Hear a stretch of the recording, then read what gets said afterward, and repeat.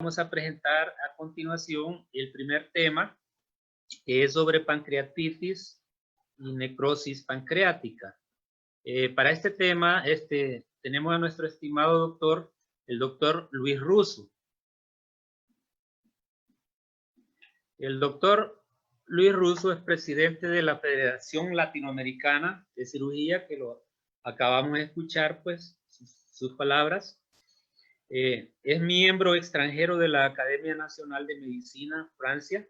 Es profesor de cirugía en la Facultad de Medicina de la Universidad de la República y jefe del Departamento de Cirugía del Hospital Maciel ASSE de Montevideo, Uruguay. Con ustedes, pues, nuestro estimado doctor Luis Russo. Le cedemos la palabra.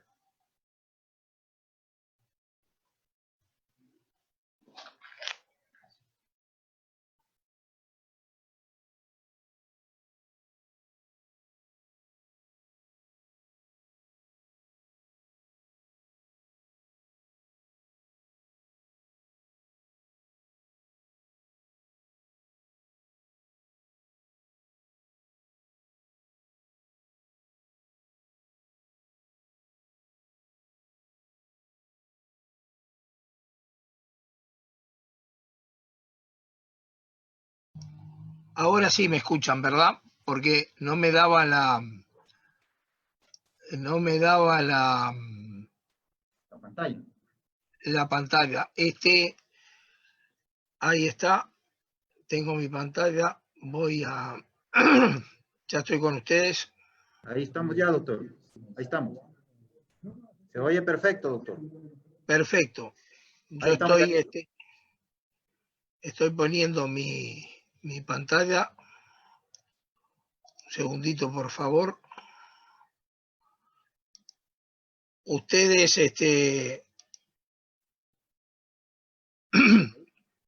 ¿ven mi presentación? Sí, ahí estamos, solo dele ya la presentación. Amplíela, doctor, ya. Perfecto. Ahí está bien. Perfecto. Bueno, bueno, muchas gracias. Nuevamente por la invitación. Vamos a tratar de desarrollar en estos 15 minutos que nos tocan el tema de necrosis pancreática específicamente y decirles que la pancreatitis aguda en general como patología es un tema de creciente interés, como ustedes pueden ver acá. Yo saqué los trabajos publicados hace 2 días con el título de necrosis pancreática y como ustedes pueden ver salieron 12.200 resultados en total y en los últimos 20 o 25 años el incremento del interés en la investigación de esta patología ha sido muy importante. Este interés creciente se debe a que si bien la gran mayoría de las pancreatitis agudas evolucionan en forma benigna, hay un 20% que evolucionan a la gravedad con requerimientos de soporte sistémico y un porcentaje variable de ellas que ustedes pueden ver ahí entre 25 y el 75% evolucionan con necrosis pancreática que se infecta a su vez en un porcentaje variable de casos que podemos estimar. Pues sí. La mortalidad de esta patología es elevada y el número de complicaciones también, incluso pudiendo llegar en algunos comunicaciones hasta el 85%. De cualquier manera, como pueden ver en estas imágenes, los resultados en términos de complicaciones, mortalidad y secuelas funcionales son notoriamente mejores que en la década del 80, cuando yo me inicié en la cirugía, en el que la mortalidad de esto llegaba al 80%, la gente se moría de fístula pancreática o de fístula digestiva, y consecuencia de la apertura del abdomen, el lavado y la necrosectomía abierta y amplia con lavados progresivos y el cierre parietal, en estas condiciones dejaban secuelas funcionales de muy difícil reparación.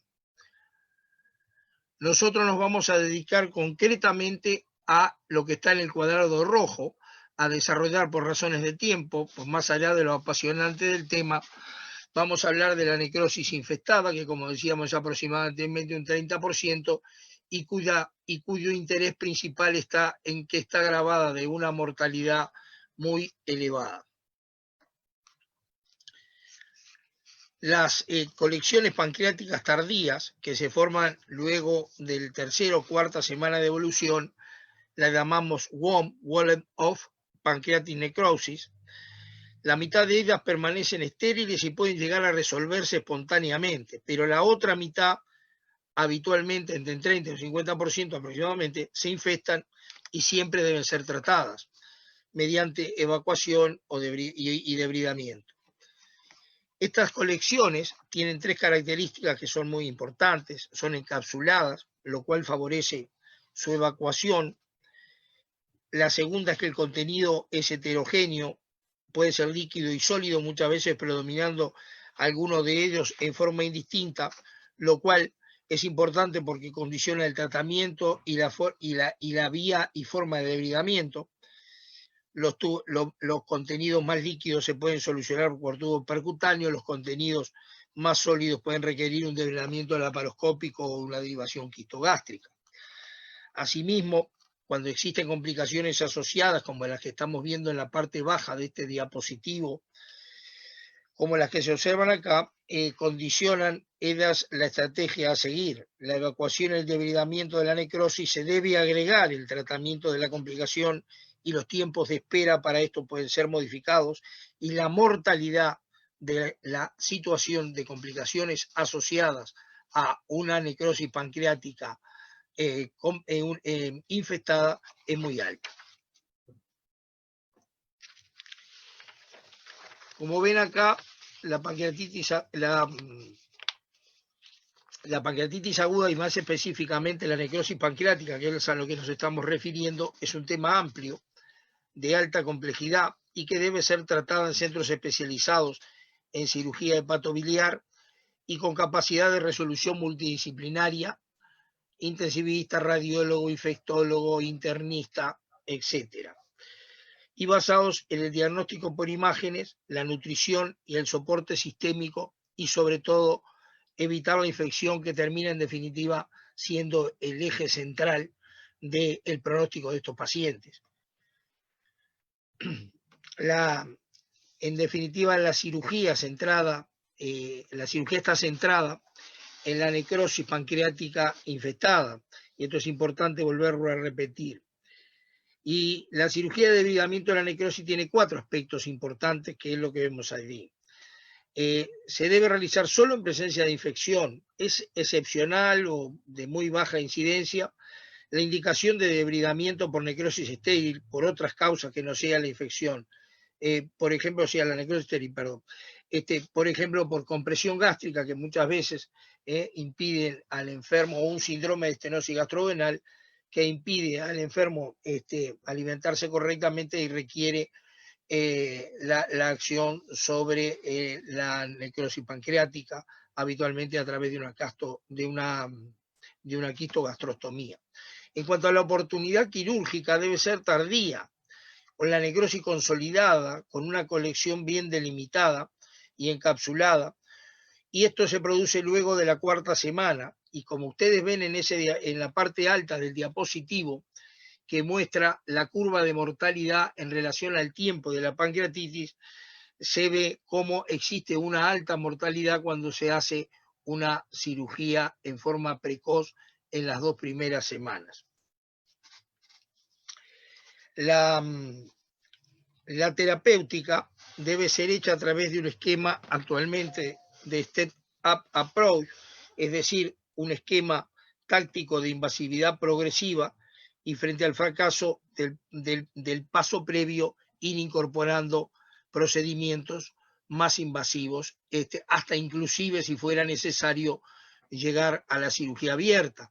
Este esquema muestra desde el drenaje percutáneo, pasando a la necrosectomía, que puede ser por vía endoscópica o por vía laparoscópica, siguiendo la derivación, la quistogastrostomía, que también puede ser endoscópica o por vía endoscópica o laparoscópica, y eventualmente, frente al fracaso de esto por la persistencia del enfermo en sepsis y situación de infección importante, realizar una cirugía abierta. En en nuestro caso, en que la etiología en el Uruguay del 85% de las pancreatitis agudas es litiásica, siempre tenemos como premisa fundamental realizar la colecistectomía previo al alta para resolver la causa de la pancreatitis, evitar un nuevo empuje, porque lo que hemos visto que estos empujes suelen ser extremadamente graves. Acá ven ustedes la evolución de una pancreatitis aguda con necrosis pancreática, un WOM, y su forma de tratamiento más común, mediante un drenaje único. Acá ven ustedes, este es un enfermo que hizo un absceso perivesicular, que ustedes ven acá. Se le hizo una colecistostomía percutánea, tuvo una buena, ahí se ve el cavito de la colecistostomía percutánea, con lo cual el enfermo que tenía esta pancreatitis edematosa o leve tuvo una buena evolución infecciosa, pero persistió con una colección que ustedes ven acá, una colección grande, prepancreática, que se fue consolidando y que se mantuvo sin ningún elemento de infección durante 60 días. Acá ven ustedes, esto seguramente son necrosis, restos del páncreas, acá hay necrosis, se visualiza muy bien en esta resonancia el componente mixto de la necrosis pancreática, y a los 60 días el enfermo empezó con fiebre, ya se había reducido en forma importante la cavidad, y el enfermo cambió su evolución. Empezó con fiebre, ven ustedes que hay gas en la colección, incluso en el retroperitoneo. Se colocó un drenaje de Dabson-Müller 14 días después, a los 14 días que había empezado con fiebre, porque el enfermo era un enfermo al interior, que no lo tratamos inmediatamente nosotros, sino que lo derivaron con alguna un poco más evolucionada en el tiempo. Le pusimos un catéter de Dabson-Müller que ustedes ven aquí, transgástrico, y el enfermo estuvo con él, se hicieron lavados reiterados, el enfermo estuvo con él los 135 días, se retiró el catéter, y a los 160 días se hizo la colecistectomía laparoscópica definitiva, y el enfermo evolucionó en buena forma. Nosotros con drenaje percutáneo, colocación de catéter, que a veces puede ser 1 o 2, hemos logrado un 70% de resolución de los casos de necrosis pancreática infectada en nuestra serie. Pues vamos a ver qué hacemos en otras etapas de un step up approach. El drenaje percutáneo fue generado por Val en el 2011, que realizó una revisión sistemática y lo propuso para la necrosis pancreática y peripancreática infectada, incluso en ese momento para la necrosis estéril sintomática, con un éxito del 56%, pero una mortalidad muy elevada a consecuencia de fístulas pancreáticas, sobre todo. Yo creo que esta mortalidad se debe seguramente al tipo de selección de pacientes que integraron este estudio, que seguramente muy graves. Actualmente las ventajas ya establecidas por evidencias importantes del drenaje mínimamente invasivo de la necrosis pancreática, admite que la necrosis pancreática permite menos días de ventilador y menos tiempo con inotrópicos, el alta de la unidad de cuidados intermedios y el alta hospitalaria más precoz que en la cirugía convencional. Se ha visto que reduce la incidencia de nuevas fallas multiorgánica. Sin embargo, no ha modificado la mortalidad global de la necrosis pancreática infectada. Hay una cosa que es importante en las guías de Weises del 2019, del año pasado, y que es esta situación de cuándo es el timing del intervencionismo en pancreatitis aguda, en necrosis pancreática infectada, porque esto que acá dice deterioro clínico evidente o fuerte sospecha de necrosis pancreática infectada, es una indicación para realizar una intervención. Pero esto muchas veces, desde el punto de vista clínico, imagenológico, e incluso contando, como hacen algunos autores, con una punción con aguja fina, con fines de obtención de muestra bacteriológica, no es fácil de tomar la decisión en un enfermo que muchas veces está borderline en su condición clínica. Sí es evidente que son las indicaciones de cirugía para continuar el tratamiento con un estadio approach, el síndrome compartimental, el sangrado, la isquemia intestinal y la fístula que se extiende o se vincula con una colección peripancreática. Pero todo esto hace que esto, como ustedes pueden ver, hay una importante diferencia entre el deterioro clínico del enfermo y ya la presencia de complicaciones importantes y con alta mortalidad y difíciles de tratar en el contexto de este enfermo, entre un momento de deterioro clínico y cuando están ya las indicaciones, la indicación establecida por una complicación importante. Esto es un punto de decisión que seguramente sea multidisciplinario, con participación de infectólogos, de clínicos, de cirujanos, de imagenólogos, que aporten una toma de decisión que no siempre es evidente desde el punto de vista clínico o clínico-imagenológico.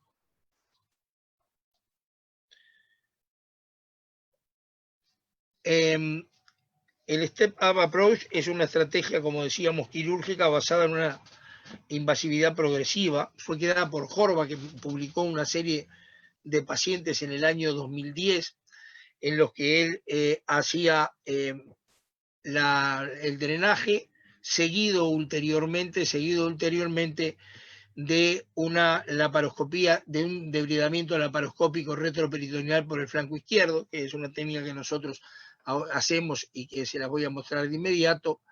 Y solo un 23% en esta serie tuvo solo drenaje.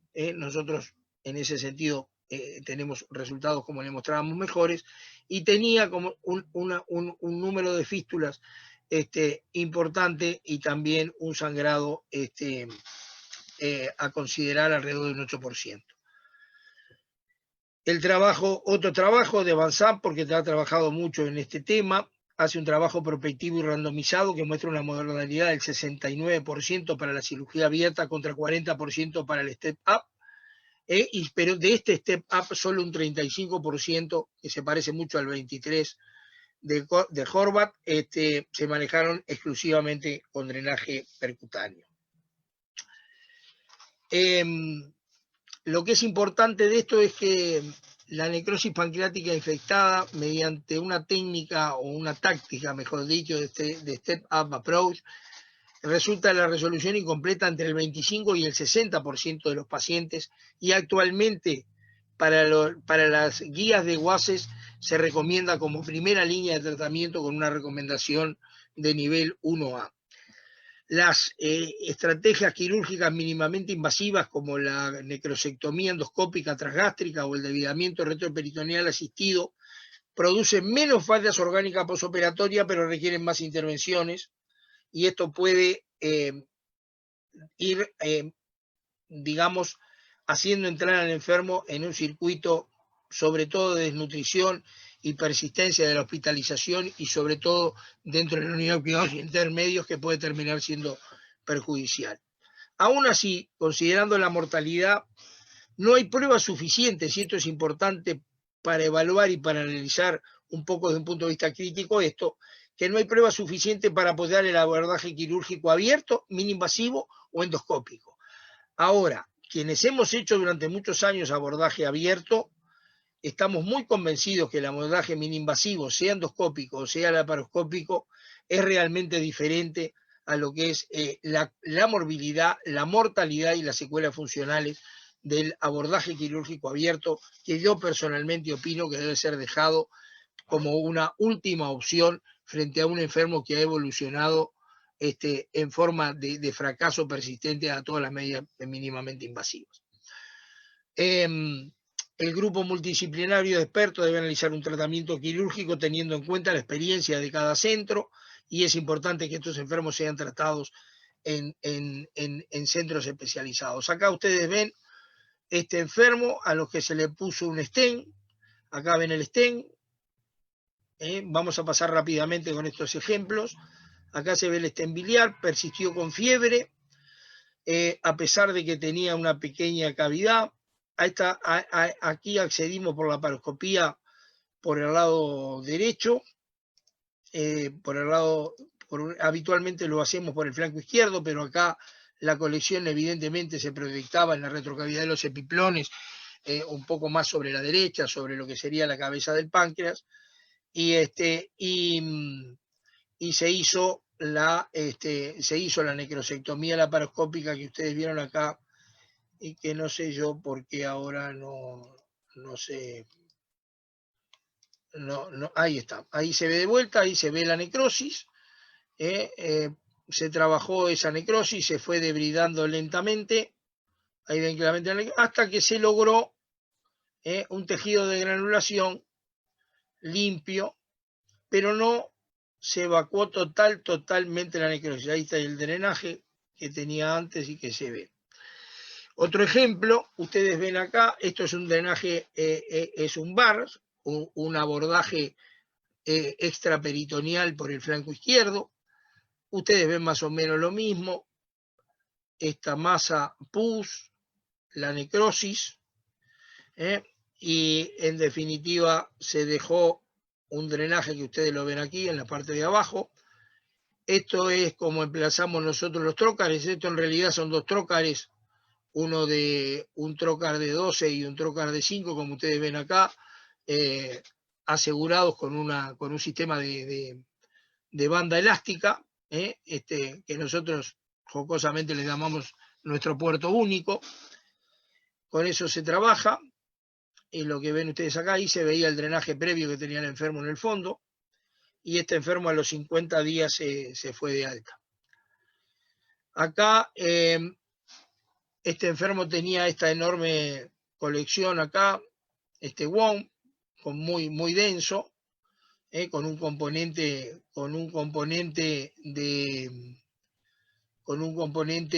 sólido importante. Acá tenía un cierto componente también de peritonítico, inflamatorio, y lo que le hicimos a este paciente, como ustedes ven acá, es una quistogastrostomía con una endogía blanca, con un disparo de endogía blanca, que se ve allí, transgástrica, y que nos permitió solucionar al enfermo que con este drenaje no había evolucionado en buena forma. Ahí se ve el stapler. Y en ese mismo acto a este paciente se le hizo la quistogastrostomía. La colecistectomía, pues también por vía laparoscópica, perdón. Esto lo voy a pasar muy rápidamente, esto es un abordaje por vía transperitoneal, por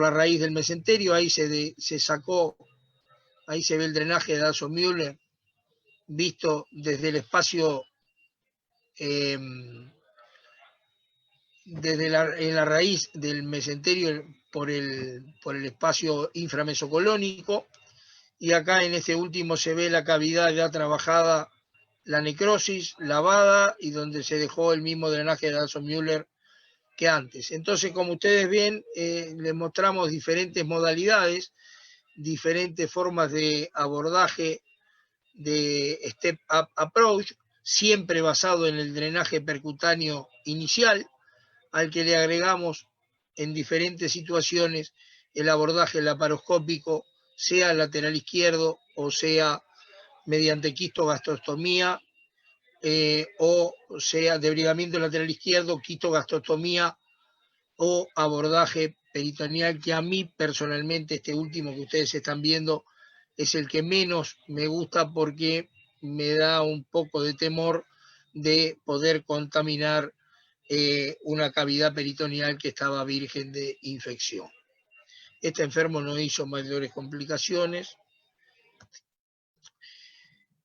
Y este es interesante, y con esto vamos terminando, esto es interesante, es un hombre de 73 años que en otro hospital se le hizo una quistogastrostomía abierta y que a los 30 días hizo una fiebre en ganchos, empezó a hacer una fiebre en ganchos y lo enviaron a nuestro hospital, y lo que pudimos comprobar, y hasta acá se ve muy bien en esta imagen, que estaba tapada la quistogastrostomía, con lo cual se había reanudado esta cavidad, se había reinfestado, y lo único que se le hizo fue una desobstrucción endoscópica con buena evolución. Un caso interesante por lo excepcional, por lo menos en nuestra experiencia, que se tape la quistogastrostomía.